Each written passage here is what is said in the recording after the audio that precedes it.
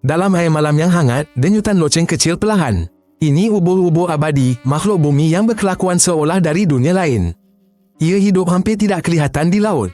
Tubuhnya telus, gerakannya jimat dan berhati-hati. Maka ia suka dilihat walau oleh penyelam berpengalaman. Bayangkan haiwan yang membesar, membiak, cedera. Tetapi ia memulakan semula hidupnya, bukan berakhir. Begitulah ubur-ubur abadi. Apabila terancam, ia mengubah badan dewasanya kembali ke tahap bayi, lalu memulakan hidup baru. Ini disahkan di makmal. Ubur-ubur abadi menakutkan kerana tiada penuaan yang diprogramkan untuknya. Ubur-ubur abadi ini kelihatan seperti loceng kecil, berdiameter hingga 5 mm dan hampir lutsina. Di tengahnya ada bintik kemerahan kecil iaitu perutnya. Bentuk dewasanya mempunyai sesungut halus di tepi, kadangkala puluhan atau lebih. Dengan sesungut ini, ubur-ubur abadi menangkap plankton dan mengesan arah arus. Walaupun tiada otak, sistem saraf ringkas membolehkannya bertindak balas pada cahaya dan sentuhan. Oleh itu, ubur-ubur abadi berenang bagai bayangan yang tenang. Apabila dingin, lapar atau cedera mengancam, ubur-ubur abadi akan membalikkan fasa dewasanya. Selnya berubah, profesi tisu mengecil menjadi sista. Dari sista itu, polip terbentuk di dasar laut. Kemudian, polip itu menghasilkan ubur-ubur baru. Maka, ia melalui kitaran ubur-ubur anak panah menunjuk ke kanan, polip anak panah menunjuk ke kanan ubur-ubur berulang kali.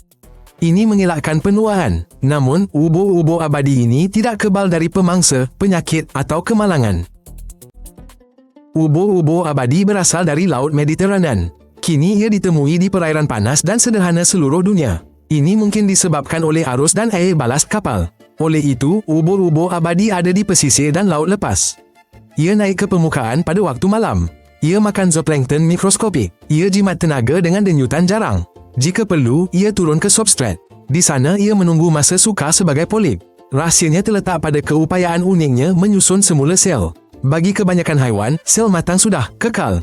Tetapi bagi spesies Turritopsis dohnii, sel dewasa boleh diprogram semula. Sel itu boleh menjadi jenis lain. Senang cerita, ubur-ubur abadi ini membina semula dirinya. Ia kembali ke peringkat polip. Para saintis mengkaji gen pembaikan DNA dan isyarat pertumbuhan. Ini untuk memahami proses ini. Ubur-ubur abadi ini menunjukkan bagaimana tisu mengingat kemudaan. Adakah anda akan gunakan mundur badan jika boleh? Mengapa? Tulis di komen. Nama ini melahirkan legenda. Ubur-ubur abadi sering muncul dalam cerita hidup kekal. Namun, ia tidak kebal. Ia boleh mati dari ikan, jangkitan dan kemalangan. Kitaran semula memang wujud, tetapi tidak menjadikannya abadi. Spesies serupa pernah dikelirukan. Kini, Turritopsis dohnii diiktiraf sebagai yang sebenar. Ubur-ubur abadi kekal anomali bumi yang nyata tetapi jarang. Spesies ini ditemui di Laut Mediteranean lebih seabad lalu. Perkembangan terbalik dilihat terperinci akhir abad ke-20. Di akuarium dan magmal, individu dewasa yang tertekan menjadi polip. Mereka kemudian menghasilkan ubur-ubur baru.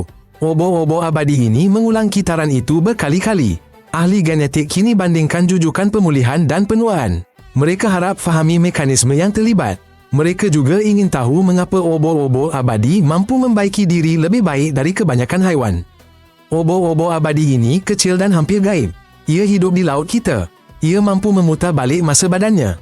Ini serentak menakutkan dan mempesona. Ini saluran makhluk bumi, langgan untuk lebih banyak penemuan menakutkan.